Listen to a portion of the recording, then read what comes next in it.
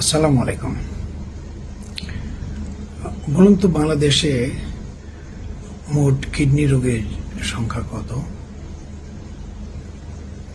এটা 3,80,00,000-এরও উপরে। এটা বিভিন্ন পরিসংখ্যান থেকে জানা যায়। আর যাদের কিডনি বিকল হয়ে যায় তাদের চিকিৎসা ব্যয় এত বেশি যে দেশের শতকরা 10 ভাগ লোকেরও সাধ্য নেই পকেট থেকে টাকা দিয়ে সেই কিডনি বিকলের দীর্ঘমেয়াদী ব্যয়বহুল চিকিৎসা চালিয়ে যাবার। পক্ষান্তরে যদি আমরা একটু সচেতন হই, আমরা যদি হেলদি লাইফস্টাইল বা সুস্থ জীবনধারা চর্চা করি এবং প্রাথমিক অবস্থায় যদি সচেতনতার মাধ্যমে এটা নির্ণয় করা যায়, তাহলে 50 থেকে 60 ভাগ ক্ষেত্রে এই ভয়াবহ কিডনি বিকল প্রতিরোধ করা যায়। তাহলে প্রাথমিক অবস্থায় আমরা এর কিভাবে নির্ণয় করতে পারি? অনেক ব্যয়বহুল কি? অনেক টাকার প্রয়োজন? ঠিক তা না।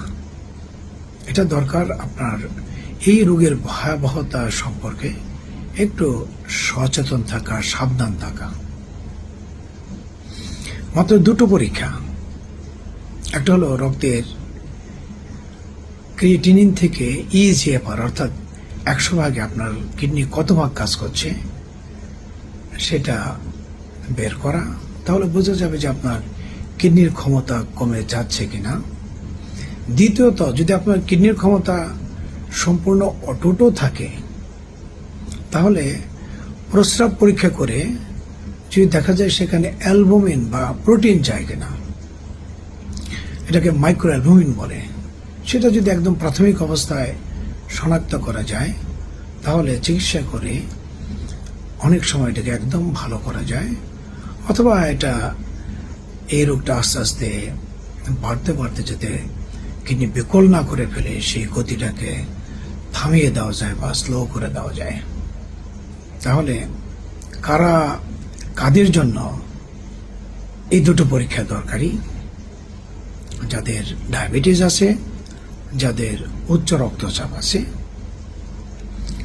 যাদের বংশে কিডনি রোগ আছে, যাদের ওজন স্বাভাবিকের চেয়ে বেশি, যারা দীর্ঘদিন বিষ বেদনার বড়ি খেয়েছেন, যাদের বারে বারে মূত্রতন্ত্রের প্রদাহ হয়েছে অথবা কিডনিতে পাথরে আক্রান্ত হয়েছেন, এমনকি যাদের বয়স 40 বা 50-এর ঊর্ধ্বে, তাদের সবারই এই 2টো পরীক্ষা অন্তত বছরে 1 থেকে 2 বার করা উচিত।